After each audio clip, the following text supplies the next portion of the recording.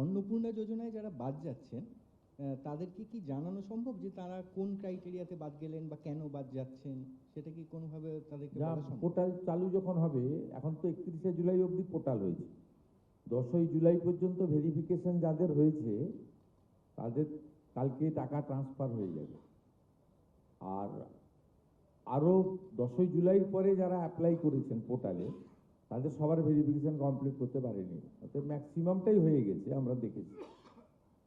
আর কারা কারা পাবেন না সেদিনকে বলেছি, এবং জুলাই মাসে যে 1,19,00,000 পেয়েছিলেন তাতে যে অনেকের ক্ষোভ ছিল, এখানে নিয়মে কিছুটা শিথিল করা হয়েছে।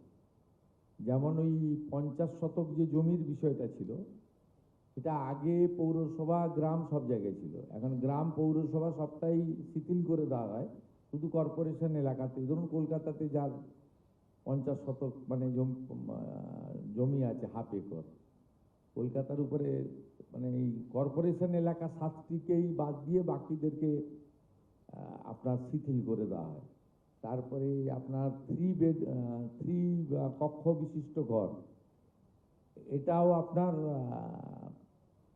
মূলত গ্রামীণ এলাকায় বা ছোট পুরসভা এলাকাতেও শিথিল করে দেওয়া হয়। এর ফলে অনেকেই, তাছাড়া ওদের ওই আপনার ব্যাংক অ্যাকাউন্টে গোলমাল ছিল, এগুলো রেকটিফিকেশন করে মোটামুটি একটা আমাদের বিশ্বাস যে 90% those who are interested for Annapurna Yojana they should get। আর বাকি যেটুকু থাকবে তার জন্য আমরা পোর্টাল অন করে দেবো, মানে কমপ্লেন সাজেশন, মানে এ পাওয়ার যোগ্য নয় পেয়ে গেছে, এত বড় প্রসেস তো অ্যাপ্রক্স আপনার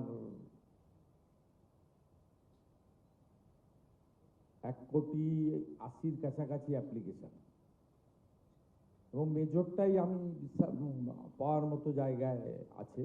আর অনেকের আধারের সঙ্গে অ্যাকাউন্টের লিঙ্ক ছিল না,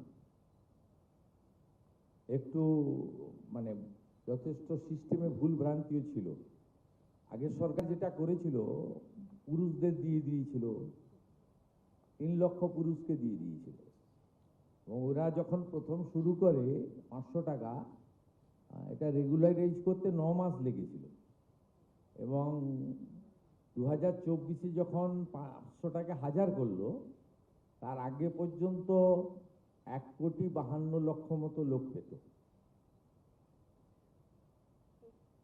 অতএব একদম যেমন ভাবে কিছু জনকে দিয়ে বলছিলাম না, গেল রব তুলেছিল, এরা আমাদেরকে ভোট দেয় না। আমি নামগুলো বলছিলাম, শেখ গোলাপ,